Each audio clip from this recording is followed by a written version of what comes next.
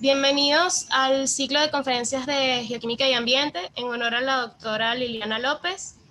Mi nombre es María Ángel Rodríguez y junto a Armando Rodríguez seremos sus anfitriones durante esta conferencia. Este evento ha sido organizado por miembros de la APG UCB Student Chapter, APG Young Professionals Venezuela, miembros del Instituto de Ciencias de la Tierra y la Asociación de Geoquímicos de la Facultad de Ciencias de la UCB, y tienen el honor de realizarle a la profesora Liliana López este homenaje por su gran labor como profesional de la geociencia en nuestro país. En la jornada de hoy tendremos la conferencia titulada Hidrodesulfuración, dictada por el doctor Manuel Fermín. El doctor Manuel Fermín realizó su licenciatura en Química en la Universidad Central de Venezuela, su doctorado en Ciencias Mención Química también en la Universidad Central de Venezuela, ha realizado 15 cursos en el área de química y posee una publicación científica y 3 proyectos. Con 17 años de experiencia laboral como docente e investigador, principalmente en el área de química, ha dictado numerosas materias en la Escuela de Química de la UCB, habiendo realizado pasantías en el extranjero, en Brasil y España, y actualmente se desenvuelve como profesor universitario en la Universidad Central de Venezuela. Antes de comenzar con la conferencia, les recordamos apagar sus micrófonos y cámaras. La ronda de preguntas y respuestas se realizará al final de la ponencia y pueden participar mediante el chat o levantando la mano para intervenir mediante el micrófono. Esperamos que disfruten de la conferencia. Ahora le cedemos la palabra a nuestro invitado. Hola, muy buenos días a todas las personas que están conectadas. Bueno, para mí es un verdadero placer eh, que me hayan invitado pues, para poder dar esta ponencia la mañana de hoy. Y bueno, antes de comenzar la ponencia, quería de verdad felicitar al grupo organizador, ya que bueno, han estado muy pendientes y hecho un trabajo impecable para la ponencia de cada uno de los que hemos participado. En el caso, bueno, he asistido a otras que he podido conectarme.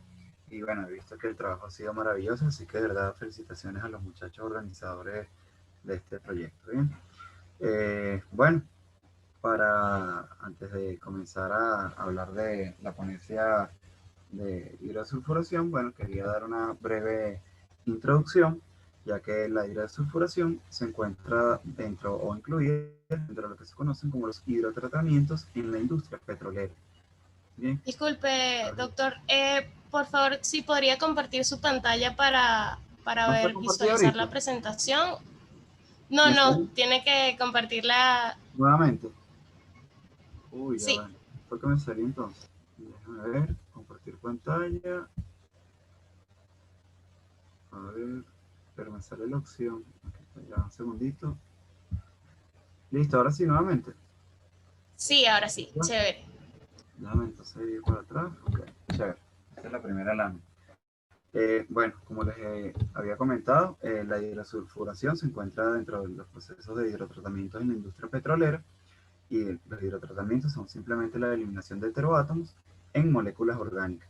Se divide en 4 grandes grupos, como está la hidrodesmetalización, que en este caso es eliminar metal que se encuentra asociado al crudo. En el caso de los crudos extrapesados venezolanos, hay una importante, considerable cantidad de vanadio y níquel, y una ventaja o una desventaja dependiendo del cristal con que lo queramos ver, ya que el vanadio tiene un alto valor agregado, ¿bien? Y bueno, pueden aplicarse también como materia prima para otros productos. ¿Bien? En el caso de la hidrodesnitrogenación, es la eliminación del heteroátomo de nitrógeno, el cual se elimina como una molécula de amoníaco. Este también se puede utilizar dentro de la industria petroquímica para la elaboración de fertilizantes, que de hecho se utiliza. En el caso de la hidrodesoxigenación, se elimina como moléculas de agua, bueno, esto obviamente no tiene un valor agregado importante, y en el caso de la hidrosulfuración, nosotros eliminamos el heteroátomo de azufre en forma de sulfuro de hidrógeno, el cual también tiene un cierto valor agregado. En el caso de la hidrosulfuración, el proceso más eficiente conocido hasta la fecha para remover azufre del petróleo. ¿Y cuál es la importancia de eliminar el azufre del petróleo? Bueno, todos sabemos que la combustión de combustibles fósiles genera dióxido de azufre en el medio ambiente, el cual, bueno, es causante de las lluvias ácidas. Por tal sentido, es importante eliminarlo para evitar la polución del mismo. Otra de las características importantes de eliminar el azufre del crudo o de los combustibles, bien sea diésel, Disculpe, gasoil, profe, etcétera. ¿Sí, me escuchan? ¿podría poner su pantalla, su presentación en pantalla completa, por favor? Uy, no está en pantalla completa. Gracias. Ahora sí. Sí, Ok. sí, puede Eh, continuar. ok.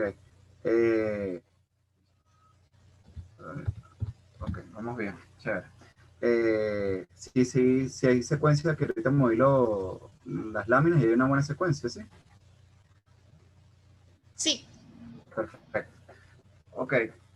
Como les estaba comentando entonces, bueno, otra de las... porque hay que realizar, o mejor dicho, el azufre del crudo combustible es porque en los mercados europeos un- una cantidad de azufre que se encuentre por debajo de los 10 ppm o norteamericano está por debajo del ppm, así que bueno, es sumamente importante poder eliminar el azufre por todo lo anteriormente comentado. En el caso de la hidrosulfuración, bueno, es importante utilizar catalizadores, presiones que oscilen entre los 10 y las 100 atmósferas, temperaturas entre los 250 y cantidades considerables de hidrógeno. Para el estudio de la hidrosulfuración, generalmente se utilizan moléculas modelo, entre las cuales se encuentran moléculas alifáticas, como en el caso de los mercaptanos, tioéter y disulfuro, y otro grupo que son las moléculas aromáticas, feno, benzotiofeno, dibenzotiofeno y benzonaftotiofeno. Estas últimas son moléculas un poco más refractarias, ya que soportan elevadas temperaturas y son poco lábiles, es decir, son poco reactivas. Entonces, para el caso de la hidrosulfuración, en algunas ocasiones se hace complicado eliminar este tipo de moléculas. ¿Por qué se utilizan este tipo de moléculas modelos? Bueno, el crudo posee una amplia distribución de productos orgánicos, ¿bien? En el cual es muy difícil definir todo y cada una de las moléculas involucradas que se encuentran en el crudo. Por tal sentido, bueno, como una mezcla tan compleja, se usan moléculas modelo para hacer las pruebas de hidrosulfuración. En el caso opuestos alifáticos, en el caso de los mercaptanos, en presencia de hidrógeno, da un alcano y el correspondiente sulfuro de hidrógeno. En el caso de los tioéter, de igual manera, al hacer el tratamiento con hidrógeno, se obtiene el alcano y se elimina el sulfuro de hidrógeno.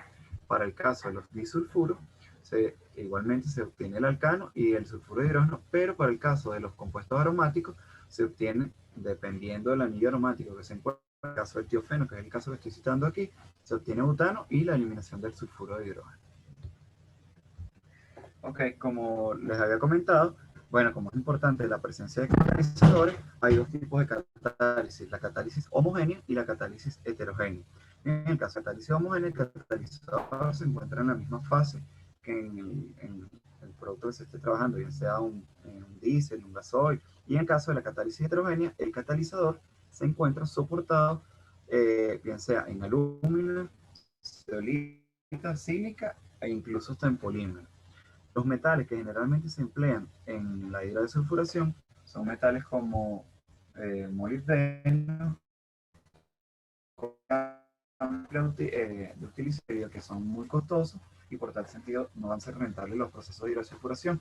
Los que se encuentran utilizados hoy en día en la industria petrolera son molibdeno, cobalto y níquel. También se utilizan mezclas de estos metales, como el caso de cobalto molibdeno, níquel molibdeno, o incluso sulfuros de molibdeno, mezclas de sulfuros de molibdeno. El método de preparación influye notablemente en la actividad del catalizador. Y la actividad es una función del área superficial, de la distribución del radio del poro y del volumen del poro del catalizador.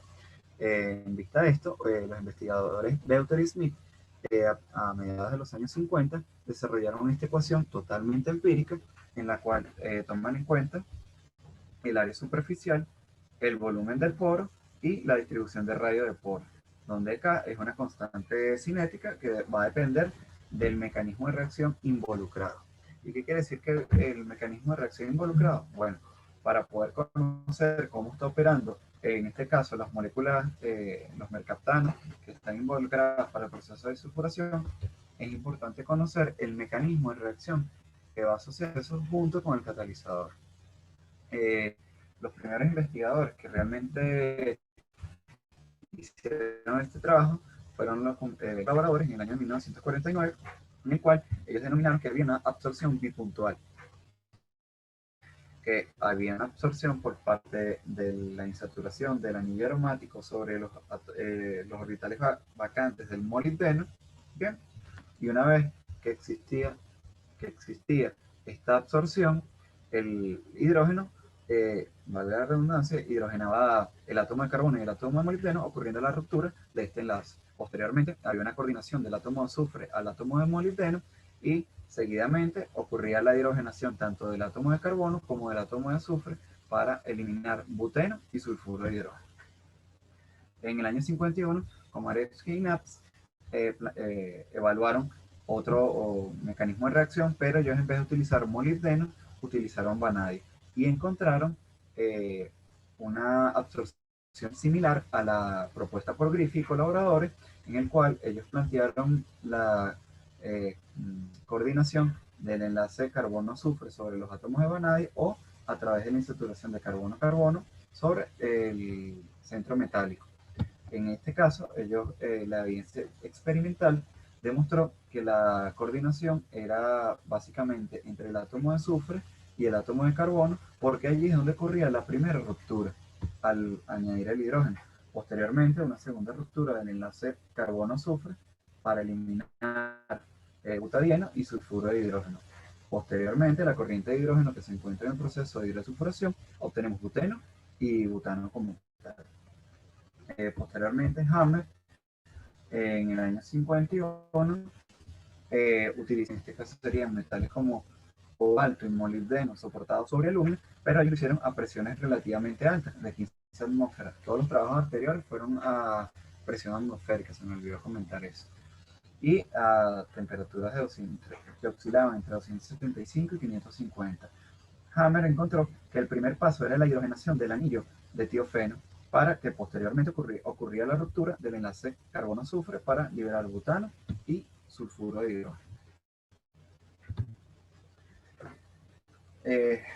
Prácticamente una década siguiente, Amber y colaboradores hicieron trabajos sobre diferentes catalizadores y estos investigadores encontraron similitud a los mecanismos planteados por los investigadores anteriores, en el cual ellos plantean dos vertientes. Una, que sería la que ellos llaman A, que son centros fuertemente electrofílicos, promueven la hidrogenación directa de centros fuertemente electrofílicos, que son metales, que son excelentes ácidos de Lewis, bien, que generan vacantes electrofílicas en los cuales pueda coordinarse muy bien el átomo de azufre o, en su defecto, el doble enlace de la insaturación. Y también encontraron que había centros menos electrofílicos, centros menos electrofílicos, en los cuales puede ser un peor ácido de Lewis, es decir, un poco más básico, en el cual no se genera esa vacancia electrofílica. Y cuando no se genera muy bien esa vacancia electrofílica, estos son responsables de la ruptura del enlace carbono-azufre. Posteriormente, Leach y Skip trabajaron con óxidos de molibdeno, específicamente el óxido de molibdeno 6, el cual ellos previamente trataron con un proceso de hidrogenación para reducirlo y generar vacantes electrofílicas como habían planteado los investigadores anteriores. Estas vacantes electrofílicas lo que sugieren o proponen es que hay una coordinación del átomo de azufre sobre estas vacancias, y una vez que se haya coordinado el átomo de azufre, hay una transferencia de un protón al átomo de carbono vecino para que ocurra la ruptura carbono-azufre. Una vez ocurrida la primera ruptura, hay una segunda transferencia del protón para promover la segunda ruptura del enlace carbono-azufre, para finalmente liberar butadieno. Y el azufre queda en este caso coordinado al centro metálico. Posteriormente, la misma corriente de hidrógeno se regenera nuevamente el catalizador y se libera el sulfuro de hidrógeno. Hasta el momento vamos viendo cómo se ha ido repasando desde los inicios de la década de los 40, cómo se han ido trabajando los diferentes mecanismos de reacción. Ahora, de la siguiente década, se tiene un mecanismo un poco más claro, detallado en base a lo que plantearon los investigadores anteriores. Estos investigadores en la década de los 70, Ivens y Venuto, trabajaron con catalizadores de cobalto y molibdeno a presión atmosférica y 400 grados centígrados y trabajaron con moléculas un poco más voluminosas. En este caso trabajaron con el benzotiofeno y el 4,6 dimetil dibenzotiofeno. Ellos encontraron en su que lo primero era la hidrogenación del benzotiofeno para formar el hidrobenzotiofeno.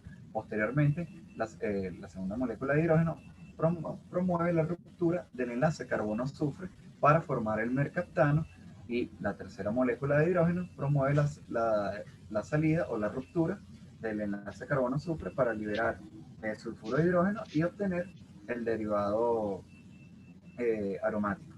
Bien, ellos encontraron que a medida que se ramificaba, como en el caso del 4,6 dimetildibenzotiofeno, estos procesos se hacían mucho más lentos y el porcentaje de hidrosulfuración era muy bajo. Por tal sentido, se empezó a buscar maneras de cómo poder mejorar estos procesos dentro de la industria, ya que, como lo mencioné al inicio de la ponencia, en los crudos se encuentran una gran cantidad de moléculas que realmente son estructuras promedio, que no se tienen especialmente claras cuál es su estructura, y por tal sentido se cree que en su mayoría son moléculas aromáticas altamente ramificadas, los cuales hacen complejo eliminar totalmente el azufre del mismo. Este es un trabajo realizado por un investigador, Roberto Sánchez, en el IBIC en el año 1980, el cual plantea un mecanismo similar al planteado por Lipps. En vez de trabajar con óxido de molibdeno, trabajó con sulfuro de molibdeno, también previamente tratados con hidrógeno, en el cual también el mecanismo era de manera muy similar, y ocurre la coordinación en la vacante electrofílica del átomo de molibdeno para posteriormente ocurrir la transferencia del átomo de hidrógeno al carbono para promover la ruptura del enlace carbono-azufre, y seguidamente hay una segunda transferencia del átomo de azufre al átomo de carbono. Sí, ya que tengo una... Bien, a ver, perdón. Ajá.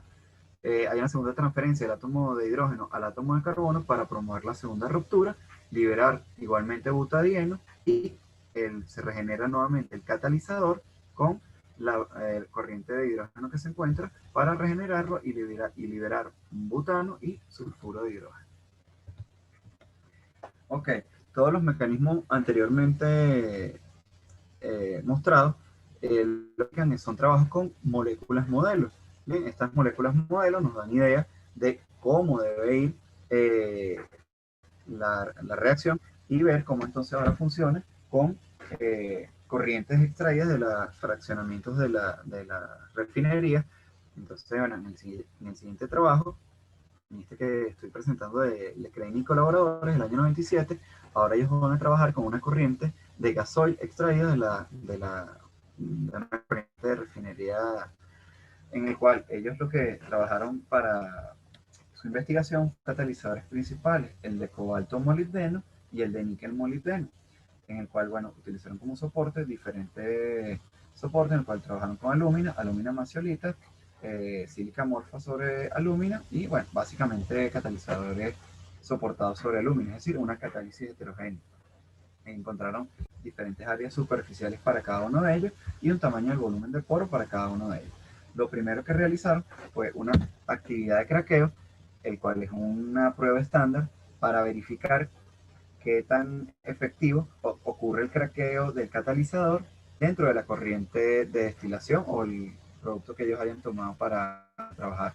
Esta reacción estándar es simplemente una reacción de transalquilación, en el cual utilizan una molécula de isopropilbenceno, mejor conocida como cumeno, bien, la cual evidencia cómo ocurre este proceso de transalquilación y verifica qué tan efectivo es el catalizador para una actividad de craqueo, es decir, de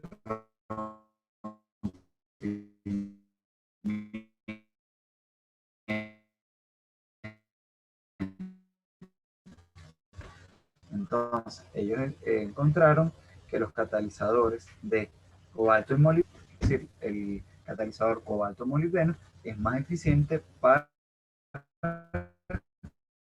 el proceso de craqueo que el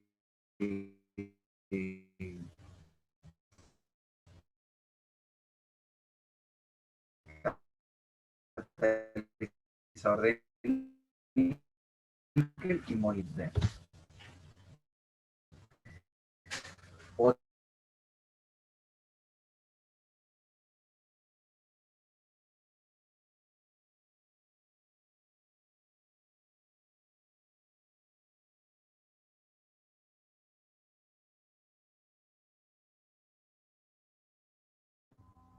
Ok, creo que tenemos un problema con el internet del profesor. Profesor, creo que se le cortó la compartición de la pantalla y el audio.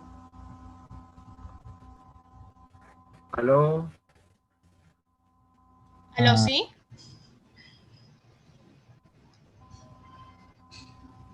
Sí, lo escucho. Compartir ¿Aló, nos pantalla, escuchan? todo. ¿Aló? Sí, Yo te lo escucho perfectamente. buenísimo. ¿Ustedes me Sí, escuchan o no? Sí, se salió la conexión. ok. ¿Aló? Sí, sí. Ya vemos su pantalla. Sí, se ve la presentación. Ok, Sí, va ¿y en qué por parte? Voy a actividad echar de para atrás para ver en qué hidrogenación. parte fue que se cayó la conexión, por lo mejor estuve haciendo solo. Sí, aquí fue donde se cayó. Uy, ahora no puedo avanzar. Un segundo, pero no me quiere avanzar la presentación. Bueno, le demor. Eh, ok. Bien, ¿dónde se cayó la conexión? ¿En esta lámina o en esta lámina? En la anterior, ¿Me escuchan, muchachos? a ¿En esta lo- fue donde se cayó? hasta ahí, exacto. O continuó con la siguiente. No sé en qué parte fue que se cayó la conexión porque me Sí, percaté puede fue retomar a al partir rato. de No sé esto. si fue en este. Ok. Chévere. Entonces, bueno, eh, los trabajos anteriores fueron realizados con moléculas modelo. Bien, este trabajo del Crane y colaboradores fue con una corriente extraída de una refinería específica. Ellos en este trabajo plantearon la utilización de catalizadores de cobalto molibdeno y níquel molibdeno soportados básicamente sobre alúmina con algunas diferencias. En el caso del catalizador 6D, soportado sobre zeolita y sílica amorfa. Obtuvieron diferentes áreas superficiales y volúmenes de poro para cada uno de los catalizadores. Ellos lo primero que realizaron fue una actividad de craqueo, la cual es una prueba estándar que se realiza para probar qué tan eficiente es el catalizador a la hora de craquear moléculas. Esta prueba consiste en la utilización de isopropilbenceno, es decir, fumeno, para formar disopropilbenceno y benceno. Esta reacción de transalquilación lo que promueve es eso, que tan rápido yo puedo romper o clivar moléculas orgánicas. Ellos encontraron que el catalizador más eficiente fueron los catalizadores de cobalto y molibdeno, cuáles son C, D, F y A. Bien, ya que los catalizadores de níquel molibdeno presentaron un bajo poder de craqueo, es decir, no son muy eficientes a la hora de romper dentro de las moléculas.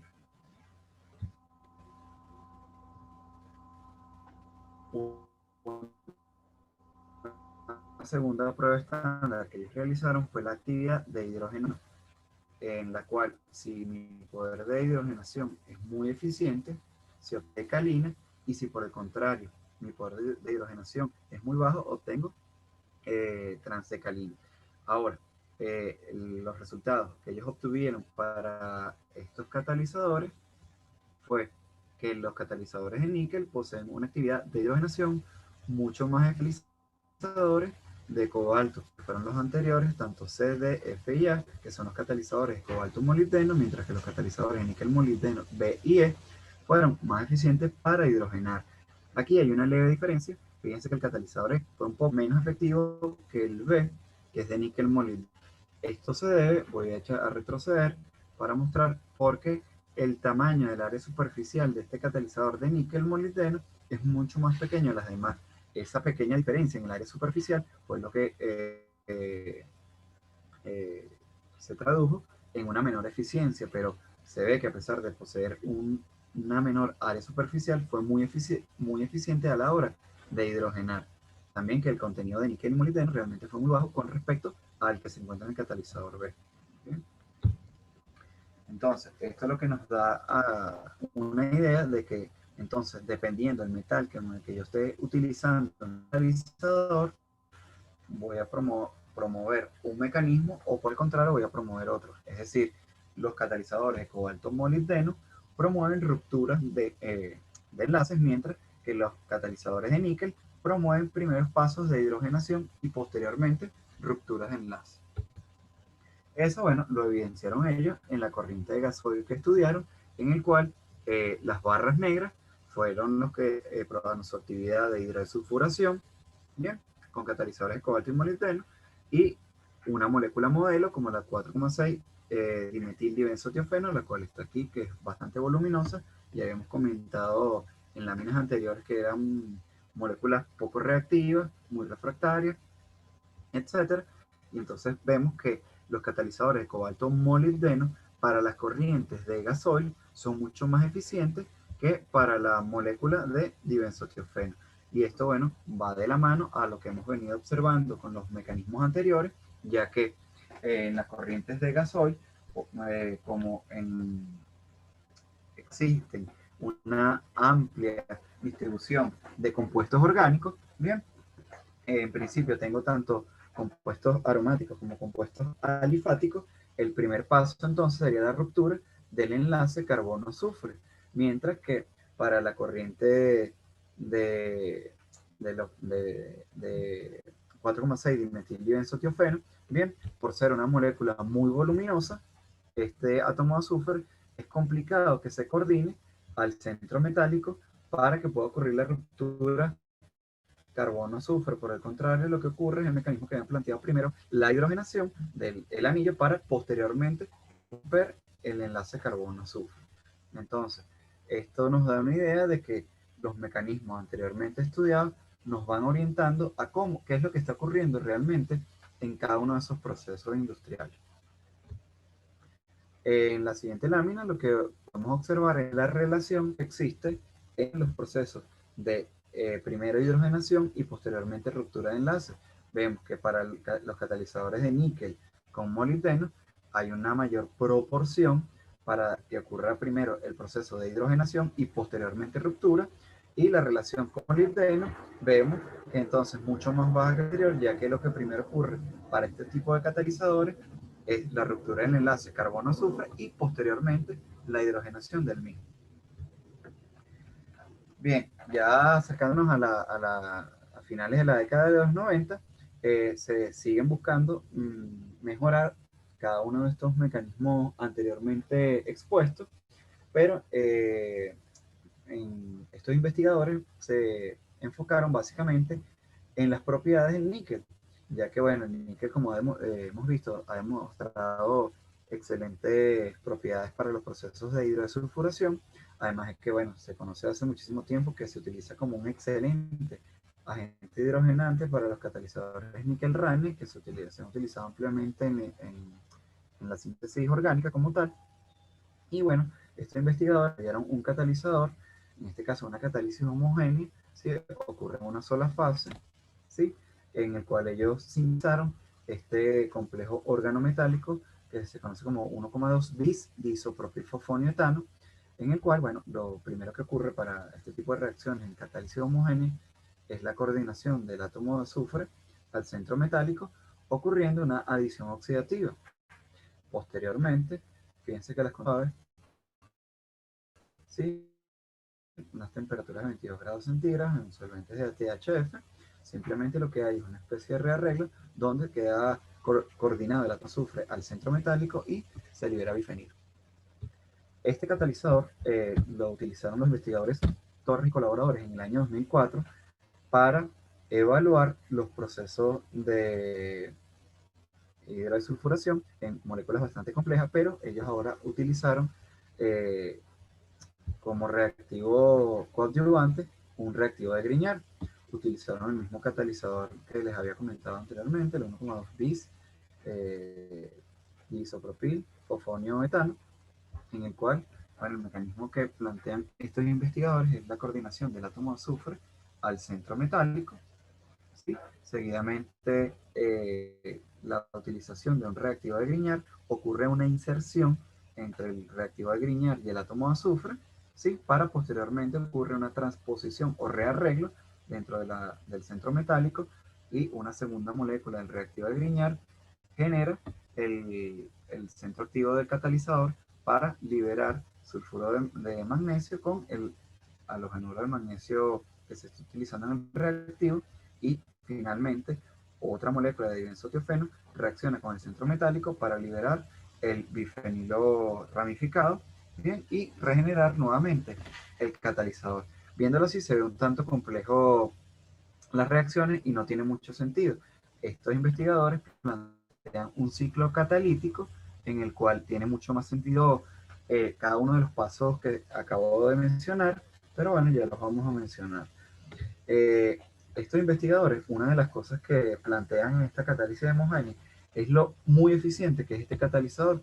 Si vemos la corriente de este catalizador, en el cual utilizan el catalizador mencionado en presencia de dibenzotiofeno con un reactivo de Grignard poco voluminoso como bromuro de metilmagnesio, fíjense que la conversión es prácticamente del 100%.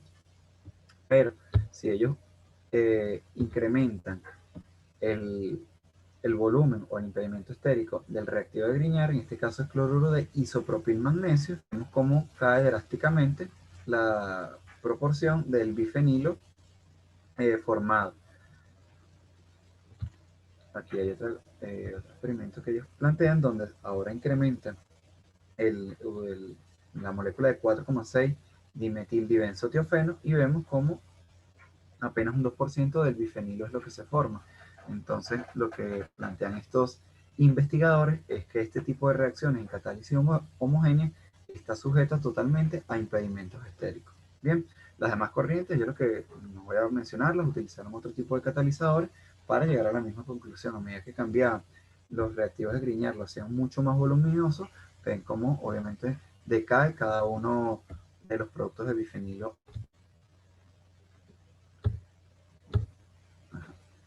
En esta lámina, bueno, está el ciclo catalítico planteado para esta catálisis homogénea, donde aquí se puede apreciar mucho más fácil cómo el átomo de azufre se coordina al centro metálico a partir generando una adición oxidativa al centro metálico, en este caso del níquel. La incorporación del reactivo de Grignard, ocurre una inserción, ¿sí?, entre el átomo de azufre y níquel, coordinándose obviamente el reactivo de Grignard y el grupo alquilo al que se encuentra el reactivo de Grignard. Posteriormente ocurre la transposición o rearreglo y finalmente la segunda molécula del reactivo de Grignard me regenera mi catalizador para que la nueva molécula de dibenzotiofeno libere el bifenilo y completar el ciclo catalítico. Entonces, este es otro mecanismo planteado totalmente diferente a los expuestos por los investigadores anteriores. La diferencia principal es que esto es catálisis homogénea y los anteriores era básicamente catálisis heterogénea. Otro mecanismo en el cual se encuentra una evidencia totalmente diferente a la anteriormente mostrada, la presenta el licenciado Ronald Ramos y el profesor Carmelo Oliver y el profesor Carlos Scott. Este es un trabajo del año 2008 de la Universidad Catalizador Heterogéneo, pero en este caso lo hacen a través de ultrasonido. ¿Qué ocurre aquí? Ellos toman el metal, en este caso el metal es cobre o níquel, ¿sí?, en presencia de trietilamina. Obviamente la trietilamina se coordina al centro metálico. Posteriormente colocan esto en agua, al ocurrir el ultrasonido, la cavitación provoca una ruptura homolítica en la molécula de agua, generando hidrógeno radical y oxidrilos radicales, los cuales entonces, en presencia de tioacetamida, el hidrógeno radical reacciona con el átomo de azufre de la tioacetamida, ¿sí?, para formar sulfuro de hidrógeno y dejar una especie de amida radical que posteriormente continúa reaccionando. Este metal, bien sea cobre, reacciona con el sulfuro de hidrógeno, formando diferentes especies de sulfuros metálicos que quedan en solución. Este es uno de los mecanismos planteados por estos investigadores. Un segundo mecanismo, ya que las reacciones vía radicales libres realmente no se tiene control, ¿sí?, porque son reacciones sumamente complejas. El segundo mecanismo que plantean aquí es la coordinación nuevamente de la trietilamina al centro metálico, bien sea cobre o níquel. Nuevamente, la cavitación producto del ultrasonido genera nuevamente los radicales oxidrilo de hidrógeno, y en presencia de la misma acetamida, el hidrógeno radical reacciona nuevamente con sulfuro de hidrógeno para generar el radical anteriormente expuesto. Sí, el mecanismo lleva hasta este punto la misma secuencia que el anterior. La única diferencia ahora radica en que, como son dos radicales, tengo la posibilidad que en el caso reaccione con el hidrógeno radical y también con el oxidrilo radical. Si reacciona con el oxidrilo radical, en el caso del hidrógeno azufre, queda ahora carbono radical y reaccionaría con el oxidrilo radical en el carbono para generar este compuesto. Seguidamente, otra vez, nuevamente, los oxidrilos radicales reaccionarían con el hidrógeno radical reaccionaría con el azufre o sulfidrilo para generar sulfuro de hidrógeno. Me quedaría carbono radical y reaccionaría con el oxidrilo radical para generar esta especie de hemiacetal, el cual seguidamente se deshidrata para formar acetamida y liberar agua. Fíjense que este mecanismo es totalmente diferente a todo lo que hemos visto, ya que la presencia o la utilización de radicales libres hace reacciones muchísimo más complejas a las que mencionamos anteriormente. Entonces, ¿qué se observó bajo este estudio? Bueno, el trabajo básicamente consistió en utilizar mezclas de sulfuro de cobalto y mezclas de sulfuro de cobalto con sulfuro de molibdeno. Vemos las diferentes proporciones que se utilizó. En el caso de la mezcla sulfuro de cobalto y sulfuro de molibdeno, vemos que son más o menos comparables la cantidad de molibdeno y cobalto. Y el siguiente trabajo utilizaron sulfuro de níquel solo y mezclas de sulfuro de níquel con sulfuro de molibdeno, donde básicamente este catalizador fue en su mayoría prácticamente puro níquel, puro de níquel, mejor dicho. Vemos entonces que el porcentaje de sulfuración para los catalizadores cobalto, sulfuro de cobalto y sulfuro de molibdeno, vemos que para moléculas complejas tipo benzotiofeno, su actividad es muy superior a la de tiofeno normal, lo cual entonces nos estaría indicando que la actividad para este tipo de catalizadores es primero la ruptura nuevamente del enlace carbono-azufre, mientras que la utilización del catalizador sulfuro de níquel o mezclas de sulfuro de níquel con sulfuro de molibdeno, vemos que su actividad, esta molécula, recordemos que es mucho más voluminosa que esta que está aquí. Por tal sentido, vemos que su actividad para el catalizador de níquel es mucho más eficiente que la de cobalto, ya que recordemos que los mecanismos que vienen asociados a níquel son mecanismos donde primero ocurre la ionación y posteriormente la ruptura del enlace carbono-azufre. Por tal sentido, la actividad o el porcentaje de hidrosulfuración es mucho más eficiente para el catalizador de níquel que para el catalizador de cobalto-molibdeno. Bueno, ya para finalizar la ponencia del día de hoy, este último trabajo es de los investigadores Han Yu y colaboradores del año 2010, en el cual, bueno, también trabajan con un catalizador de níquel soportado sobre níquel tungsteno con alúmina y cobalto molibdeno soportado sobre alúmina. Las áreas superficiales son más o menos comparables, el volumen del poro del mismo, y los porcentajes nuevamente es lo que varía. El porcentaje de tungsteno es muy superior al del óxido de níquel, y en el caso de la mezcla de óxido de cobalto con óxido de molibdeno, vemos que hay una mayor proporción para el catalizador de níquel con tungsteno.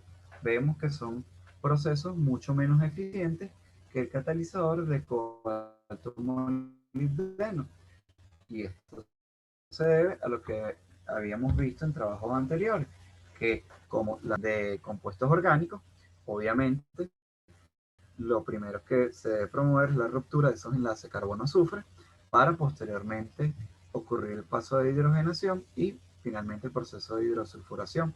Entonces vemos que para corrientes de gasoil es mucho más eficiente trabajar en catalizador cobalto molibdeno, y cuando incrementamos entonces el porcentaje de hidrógeno o la presión de hidrógeno para el proceso de hidrosulfuración, vemos cómo se incrementa también drásticamente el catalizador de níquel, ya que él promueve, ¿sí?, primero el paso de hidrogenación y posteriormente la ruptura del enlace carbono-azufre como tal. Bueno, como conclusiones a todo lo que hemos hablado a lo largo de la mañana de hoy. Bueno, la hidrosulfuración es el proceso más importante desde el punto de vista ambiental, ya que elimina azufre de los combustibles, minimizando las emisiones de dióxido de azufre al medio ambiente. Se obtiene un mayor valor agregado para los combustibles hidrosulfurados, ya que, bueno, como comenté al inicio de la charla, a medida que se transcurren los años, las condiciones que exigen los mercados internacionales derivados de petróleo son condiciones bastante bajas. Para el caso del mercado europeo, por debajo de 10 ppm, y en el caso del mercado norteamericano tiene que ser por debajo de 30 ppm. Existen diferentes tipos de catalizadores para la hidrosulfuración. Obviamente vimos que dependiendo del catalizador a utilizar, se promueve o se va por un mecanismo o se va por un mecanismo de ruptura de enlace carbono-azufre, o por el contrario, un mecanismo de hidrogenación. La manera en que los sustratos se enlazan inicialmente a la superficie del catalizador aún no está bien establecida, ya que va a depender básicamente del catalizador al que estemos trabajando. Y hay evidencias que confirman la ruptura de lo que comenté anteriormente, la ruptura de enlace carbono-azufre y otros metales que promueven como primer paso la necesidad de hidrogenar el anillo antes de romper el enlace carbono-azufre. La hidrosulfuración de moléculas voluminosas e impedidas estéricamente es menos eficiente que para moléculas sencillas como tiofeno o simples mercaptanos. Y esto se debe a lo que comenté también, a que la coordinación de estas moléculas muy impedidas al centro metálico se hace bastante difícil. Y bueno, como conclusión general, bueno, el desarrollo de la organometálica podría unificar el criterio para la elucidación de un mecanismo de reacción en la hidrodesulfuración y, bueno, poder tener mejores o tener procesos mucho más eficientes en la hidrodesulfuración. Bueno, espero que les haya gustado la presentación y, bueno, espero poder responder algunas de las preguntas o inquietudes que algunos de ustedes tengan. Muchas gracias, profesor. Bueno, les recordamos a los participantes que la ronda de preguntas y respuestas la pueden realizar mediante el chat o levantando la mano para intervenir mediante el micrófono.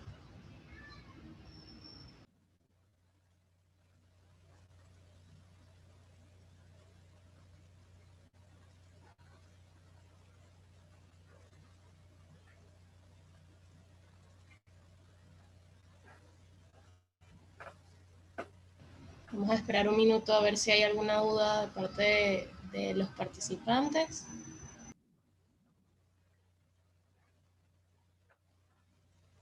Ok, la profesora Liliana López tiene una pregunta, doctor Fermín. Adelante, profesora. Buenos días. Buenos días, Buenos días. Buenos días, ¿cómo estás? Bien, Muy profe. bueno tu trabajo. O sea, me gusta mucho la presentación que hiciste. ¿Me escuchan bien, por favor? Sí, sí.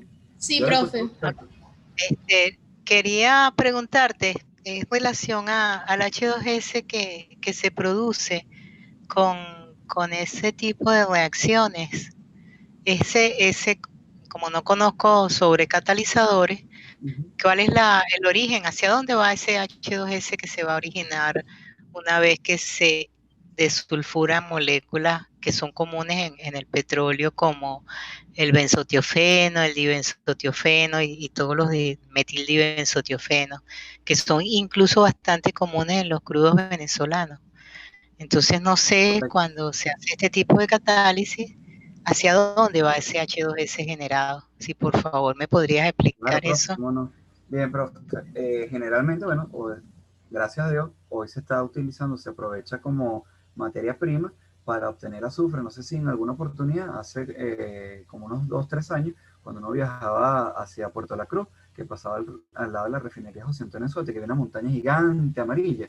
Esa montaña gigante era azufre elemental que se obtenía producto de la reducción de este sulfuro de hidrógeno, ya que si lo quemamos estamos entonces contaminando el ambiente y no estamos haciendo nada. Bien, entonces se está utilizando bien sea para obtener azufre elemental o también para utilizarlo para hacer ácidos minerales como ácido sulfúrico. ¿Me escucha, profe? ¿Aló? ¿Aló? Sí, profe, se le escucha, se le Sí, sí, escucha. sí, gracias por la respuesta. Ahora que hablas de esa montaña de azufre que había en José, ahí también había una montaña que Coque, tenía de bastante coque. vanadio y níquel, ¿no? Tenía metales. Yo no sé Correcto. si eso sabes algo sobre eso. Bueno, profe, ¿Me escucharon? lamentablemente ahí vamos como... Sí, yo lo escucho perfectamente. Bueno, ha sido producto del mismo desastre que ha ocurrido entre la industria petrolera. Anteriormente el coque aquí se utilizaba para dárselo a la industria de la CBG para que en el proceso de la reducción del proceso Bayer del aluminio se utilizaba como ánodo de reducción en el proceso de reducir el aluminio como tal. También se vendía para Canadá, de hecho Canadá sí lo extrae, profe, el vanadio y el níquel venezolano. Canadá es uno de los países que más exporta vanadio y bueno, lamentablemente es extraído del coque venezolano. Ellos también tienen unos crudos, bueno, eso sabe usted mucho más que yo, por supuesto, que también tienen un alto contenido de vanadio. Pero aquí lamentablemente sí no se le ha sacado el provecho de extraer el vanadio y el níquel de ese coque, pero sí tiene una gran cantidad de vanadio y níquel. Muchas gracias, Fermín. Un gran abrazo. Y nada, profe, a usted igualmente. Eh, Nos escribieron por el chat: buenos días, felicitaciones por su interesante exposición. 2 preguntas. ¿Conoce algún proceso comercial que use zeolitas como soporte de catalizador? ¿Y qué tipo de catalizadores es? Bueno, no comprendo muy bien aquí, pero es continuo con la segunda pregunta, o sea, continúa con la segunda pregunta. ¿Qué tipo de catalizadores se utilizaron en la correlación del porcentaje de desulfuración con las propiedades texturales del catalizador? Ya va. Como estoy metido en la presentación, me gustaría leerla porque no entendí muy bien la pregunta. Entonces, si la leo, quizás la entienda mucho mejor. Si le doy escape para salirme, me salgo de la presentación y la conexión, ¿o no? Sí, sí, puede darle Skype y a la parte de abajo le Pero, sale la opción del chat para esa que estaba pueda buscando el chat. entrar y visualizar. Buscar el chat para leerla. Ok. La pregunta la realizó Carmen Milena López. Sí, estoy buscando el chat aquí. Ajá, buenos días. Muestra que se usa un soporte de catalizador y qué tipo de catalizadores se... Continúo con la segunda pregunta. ¿Qué tipo que se utilizaron en la correlación del porcentaje de sulfuración con las propiedades texturales del catalizador?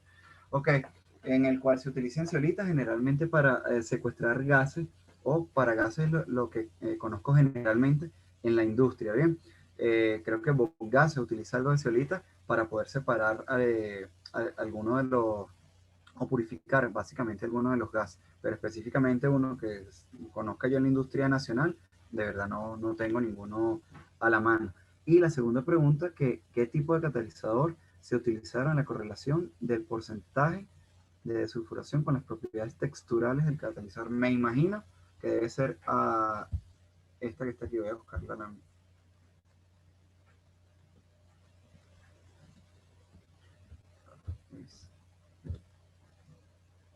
Este trabajo me imagino que debe ser el que la profesora está eh, preguntándome. A ver, profesor, si es eso, por favor, porque no, la pregunta sí no la entendí muy bien, la segunda.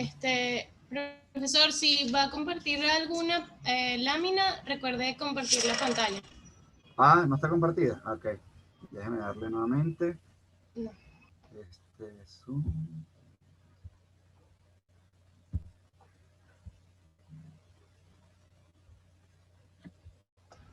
Ok, aquí está.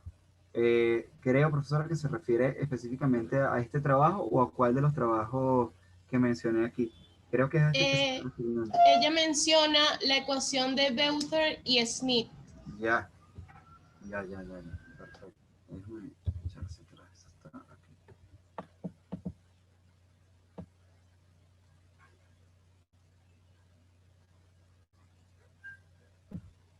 Esta está aquí.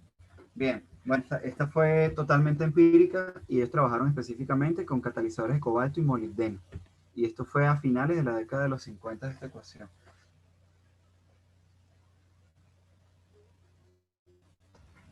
Ok.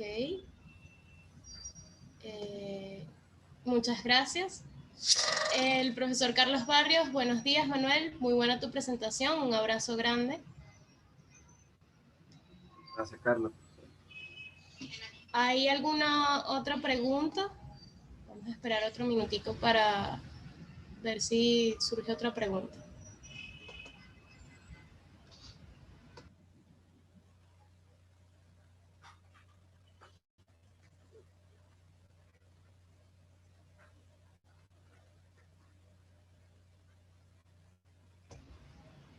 Ok, profesor. La profesora Patricia Lugo le da buenos días. Gracias por la presentación para aprender sobre este tema.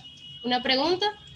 ¿Sabe si se está haciendo o se ha hecho hidrodesulfuración con nanopartículas a nivel del yacimiento? Bueno, esos tipos de trabajos más que todo han sido académicos. Bien, recordemos que las nanopartículas vienen a finales de la década de los 90 que se empieza a utilizar ampliamente como catalizador, pero que se estén utilizando dentro de la industria petrolera actualmente, no he escuchado absolutamente nada. Más que todo son puros trabajos académicos. Bien, gracias. ¿Alguna otra pregunta?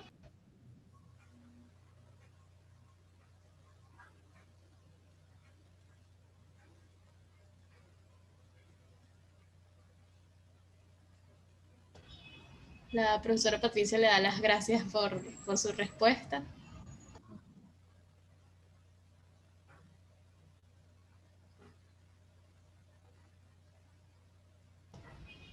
Bien, vamos a esperar un minuto más a ver si surge otra pregunta antes de finalizar.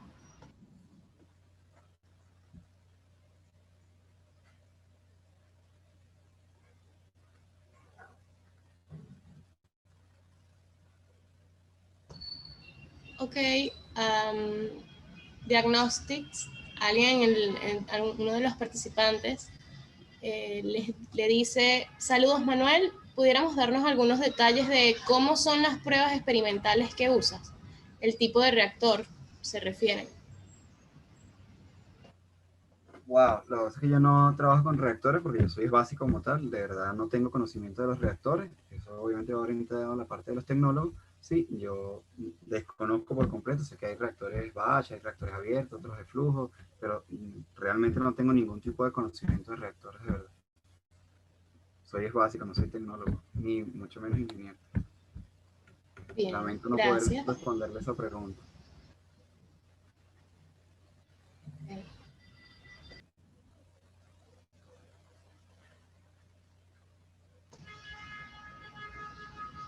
¿Alguna otra pregunta?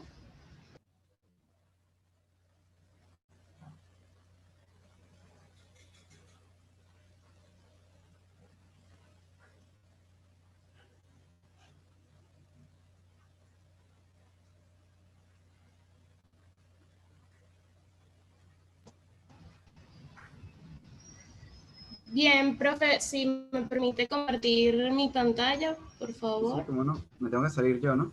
Sí. Sí. Tengo que salirme. Ok. Ya le di escape.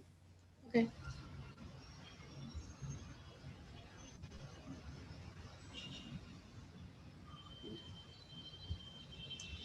Bien. Compartir nosotros.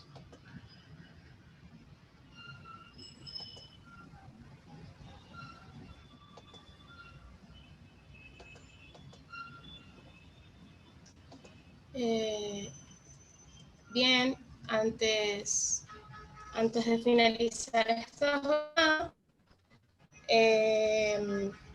pues queremos darle un reconocimiento al doctor Manuel Fermín por su ponencia. Reconocimiento otorgado a Manuel Fermín por su valiosa participación como ponente en el evento Ciclo de Conferencias Geoquímica y Ambiente, en honor a la doctora Liliana López, Caracas, Venezuela, por su conferencia titulada Hidrodesulfuración. Muchísimas gracias. También queríamos invitarlos a nuestra siguiente conferencia titulada Impactos Ambientales ocasionados por accidentes industriales, la cual será realizada por el máster Lewis Valero, por esta misma plataforma Zoom, el día de mañana jueves a las 11 de la mañana. Y también queríamos invitarlos a realizar nuestro curso ofertado por el Instituto de Ciencias de la Tierra sobre microplásticos. Para mayor información pueden escribir en las direcciones del correo del Instituto de Ciencias de la Tierra y las redes sociales mostradas en el flyer. También queremos agradecer a Ariana Segovia por financiarnos la plataforma Zoom, por donde realizamos este evento. Y bueno, queremos agradecerle a todos por su participación el día de hoy. Muchas gracias, doctor Fermín. Y esperamos verlos esperamos verlos en las próximas conferencias. Bueno, muchas gracias. Hasta luego a todos. Gracias a ustedes. Chévere.